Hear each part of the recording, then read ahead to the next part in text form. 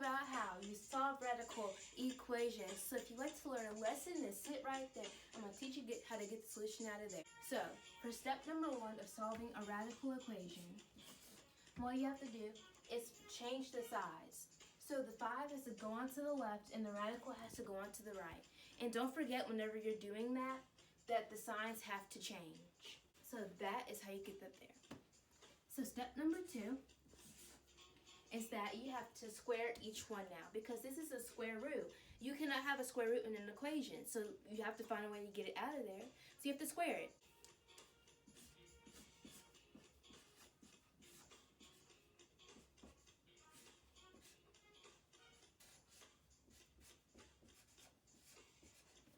Now, when you do this one's easy. It's just going to knock out that square root sign. It's just going to leave it to x minus 3. But for this one, how do you do that? Well, you could use box method to square this. This is how you set up x minus 5, x minus 5. So x times x is x squared. X times negative 5 is negative 5x. Negative 5 times x, again, is negative 5x. And negative 5 times negative 5 is positive 25. Now, to get this, you have to add up all the like terms.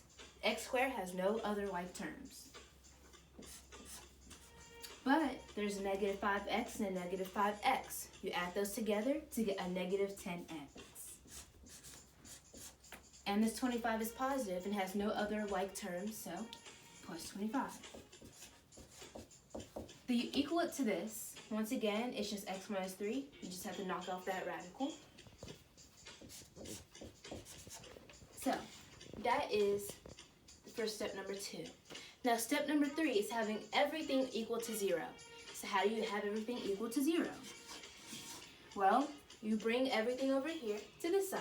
So the x matches the x in this, negative 3 matches this. Once again, when it crosses over an equal sign, the sign changes. So this x squared has nothing to pair up with, so it stays x squared. Now, this positive x changes over to a negative x. So when you do that, negative x minus 10x, what does that give you? Negative 11x. Now, this negative 3 changes over to become a positive 3. So the 25 plus 3 gives you 28. Positive 28. Equal all of that to 0. Now, when you have this equaling to 0, you have to factor. So that's step number 4, factoring it all. With factoring, the thing is that you have to find something that can multiply to 28 and add up to be negative 11. So, what numbers could that be? Negative 4 and negative 7. Negative 4 times negative 7 can give you positive 28, and negative 4 plus negative 7 can give you negative 11. So, you set them up in parentheses. X minus 4 and x minus 7 equals 0. Now, when you do that, and this equals to 0, now, x minus 4 equals 0, you solve it. This 4 has to go over, so x just equals positive 4. Same for the 7. But that's not all, because now what you have to do is check to see if it equals. So, when you have these, you just plug these into the x's and see if they equal the same number. That doesn't equal to 5. So, try 7. Because root 7, you can't even simplify that. So, now we're trying the 7. 7 minus 3 is 4.